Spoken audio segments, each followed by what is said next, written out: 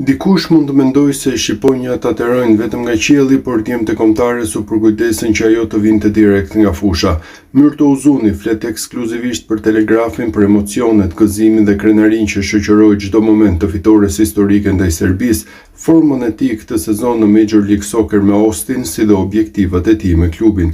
Shqipëria mori fitore minimale me rezultatin 1-0 në Leskovec, fal golit të shënuar nga Rej Manaj, duke rritur ndjeshëm gjasat për kualifikim në fazën e play-offit për Kupën e Botës 2026. Për Uzunin, ambienti armiqësor në shkallët e stadiumit dhe thirrjet anti-Kosovë nuk patën as pak ndikim, pasi në mendjen e tij dhe të bashkëlojtarëve ishte vetëm fitoria. Jam shumë i lumtur, kisha kohë që prisja ndeshin ndaj Serbisë sepse përfaqësonim të gjithë kombin ton, më në fund u shpërblye gjithë ajo djersë që kam derdhur ndër vite për fanellën e kombëtares. Thirrjet kundër shqiptarëve më motivonin jashtëmase sepse dija që po luaja për kombin ton, për Kosovën dhe nuk doja të humbisja asnjë duel. 30 vjeçari merita të mëdha për fitoren ndaj Serbisë dhe për pozitën e Shqipërisë në grup i jep përzgjedhësit Silvinjo. Trajneri e dinte rëndësinë që kishte kjo ndeshje për ne, por ai reagoi me shumë disiplinë, si para ashtu edhe pas ndeshjes. Ai është shembull për seriozitetin dhe mënyrën se si e menaxhon ekipin kombëtar dhe kjo po dëshmohet edhe në renditje. Triumfin ndaj Serbisë ylli shqiptar u dedikoi të gjithë atyre që thanë jetën që Kosova sot ta gëzojë lirinë dhe pavarësinë.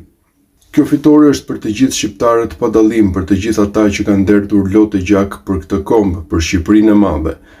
Në janar të këtij viti, Uzuni kompletoi transferimin nga Granada në Major League Soccer tek Austin. Ai thotë se adaptimi nuk ishte as pak i lehtë, por që u ndai lumtur me të arriturat e tij në nivel personal dhe kolektiv, teksa shtoi se tani objektivi i tij është titulli kampion.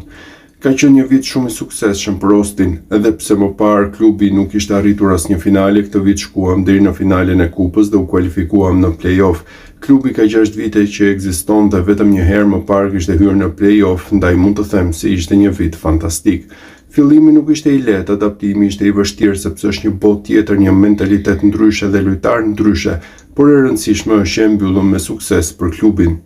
Synimet për këtë sezon me Austin janë arritur, por unë besoj te trofeu i madh. E dim që ka ekipe shumë të forta si Los Angeles, që tani kanë edhe Son që luan te Tottenham, apo Inter Miami me emra të mëdhenj, por në futboll asgjë nuk është e pamundur, përfundoi Myrto Uzuni.